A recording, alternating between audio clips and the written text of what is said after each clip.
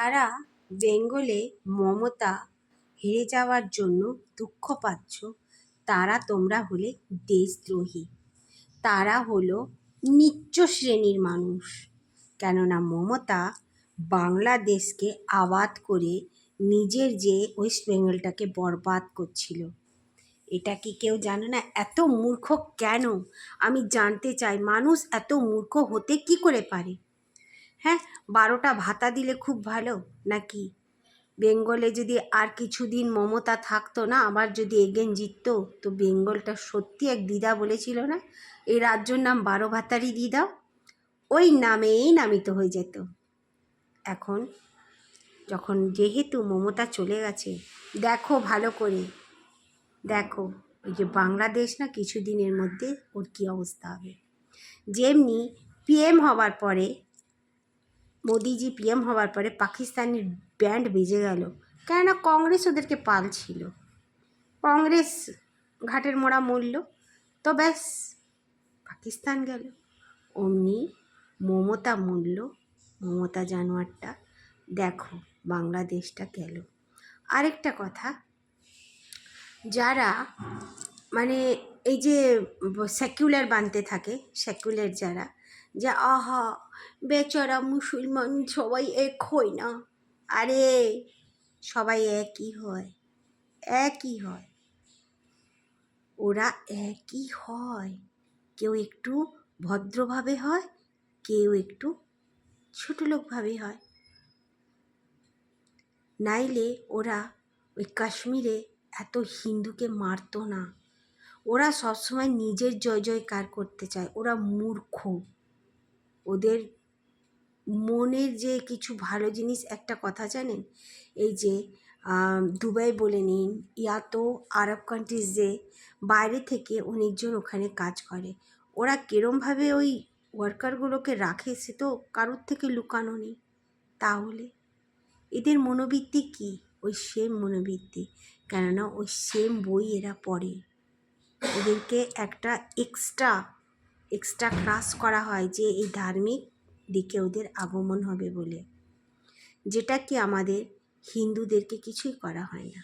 হিন্দুদেরকে তো আরামসে গীতা পাঠ করাবার উচিত, গীতা পাঠ হবার উচিত ক্লাসে, রোজ না হলেও কমসে কম সপ্তাহে 2 দিন একটা ক্লাস হবার উচিত। সংস্কৃত শেখাবার উচিত, যে সংস্কৃত ক্লাস 5 থেকে পুরো 12 অবধি থাকবে, এটা বাধ্য, সংস্কৃতটা করে দেবার উচিত, তাই না? কেন করা হয় না? আমাদের ভারতে ইংলিশকে বেশি প্রায়োরিটি কেন দেওয়া হয়? কেন সংস্কৃত আমাদের দেশে হয় না? সেই দিকে কেন আমাদেরকে, ভালো দিকে আমাদেরকে কেন মুড়ে নেওয়া হয় না? আর মিথ্যামিথ্যি সব কথা বলা।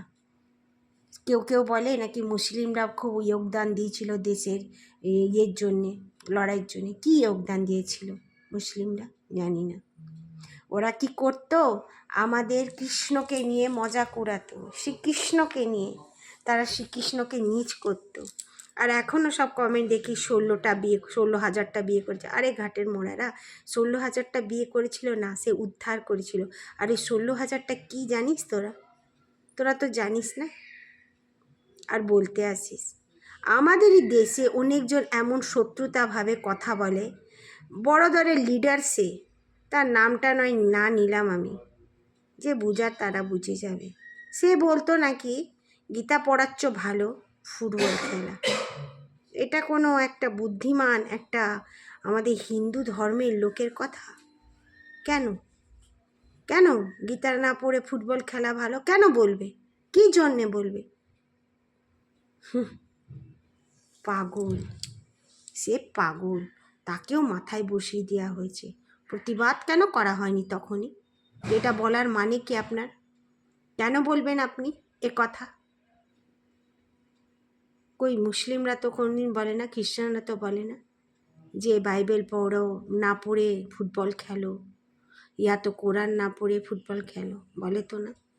তাহলে আমাদের হিন্দুদের গ্রন্থকে, আমাদের গীতাকে কেন অপমান করবে? কে সাহস দিয়ে?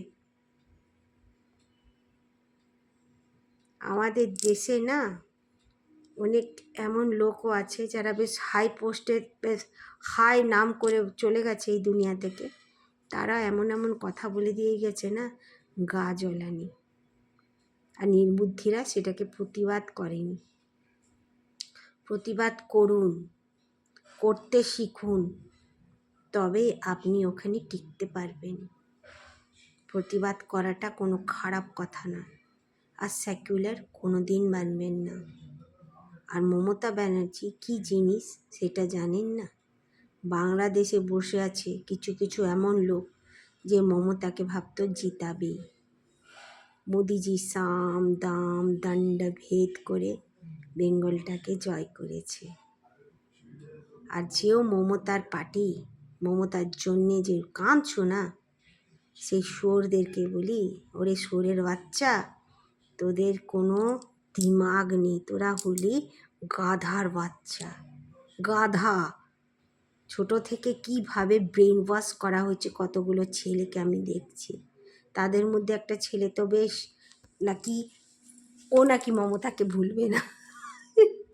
মমতা যাই হয়ে যাক, ও নাকি মমতাকে ভুলবে না বলে। ওরম অনেক বোকা, আগেরটা বুঝে যান, আছে আমাদের দেশে।